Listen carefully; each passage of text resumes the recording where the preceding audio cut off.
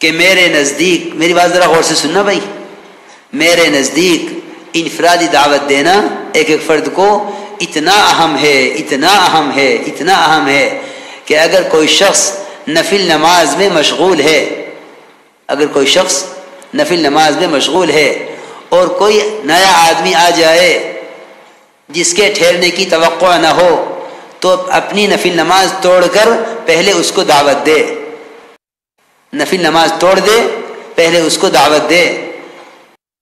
حضرت کے ملفوظات میں چھپا ہوا ہے، غالباً وہ ملفوظات جو حضرت کے مولانا منظور نعمانی رحمۃ اللہ علیہ نے مرتب کیے ہیں، اس میں 209 نمبر کا یہ ملفوظ ہے کہ نماز توڑ کر اس کو دعوت دے۔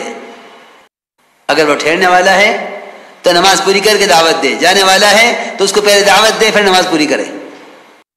کیونکہ میرے دوستو عزیزو، اس امت کا مسئلہ انفرادی ہے ہی نہیں، ایک ایک امتی کے ذمے پوری امت ہے، اور پوری امت کے ذمے ایک ایک امتی ہے۔ انفرادی دعوت کی بڑی اہمیت ہے، کیونکہ میں نے عرض کیا کہ داعی طالب ہے، امت مطلوب ہے۔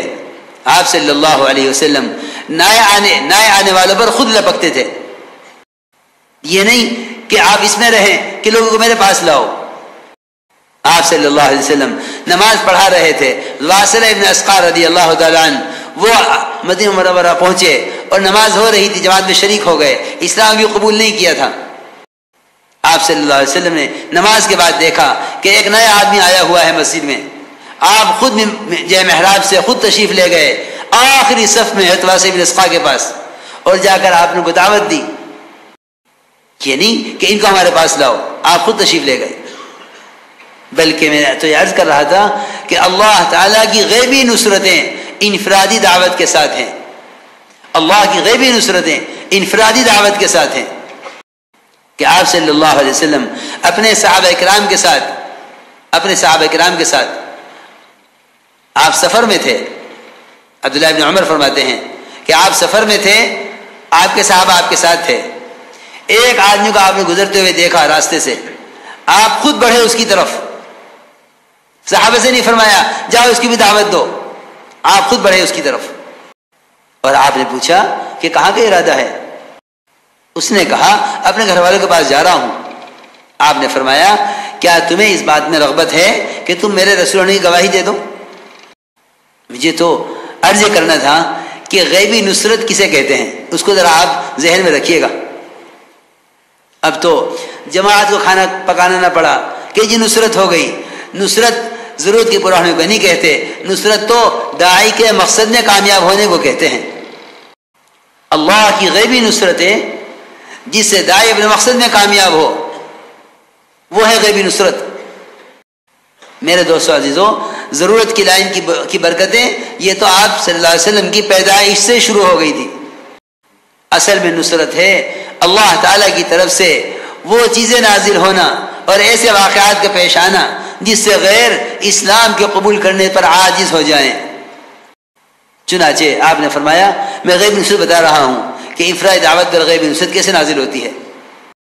آپ نے فرمایا، اس آدمی نے کہا دیہاتی نے کہ آپ اللہ کے رسول ہیں، کون گواہ ہے آپ کی رسالت پر؟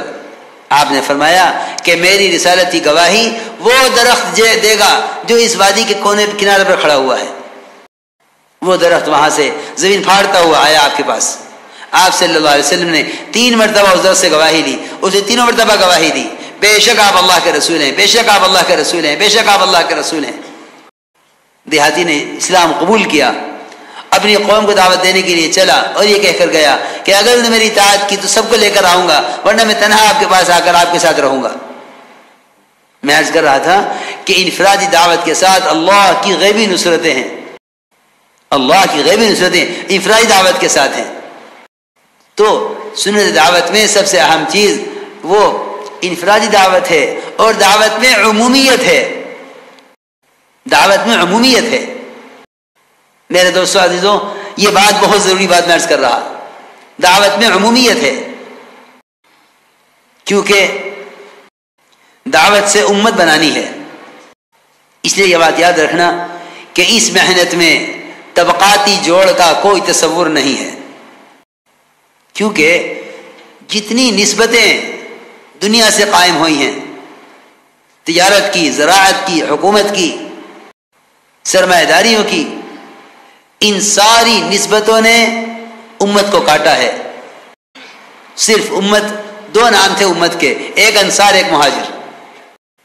ان میں تاجر بھی تھے، کاشتکار بھی تھے، ملازم بھی تھے، ان میں اپنے علاقوں کے سرپنچ چودھری بھی تھے، سب تھے، لیکن انصار اور مہاجر کے علاوہ کوئی تیسری قسم نہیں ملتی صحابہ میں۔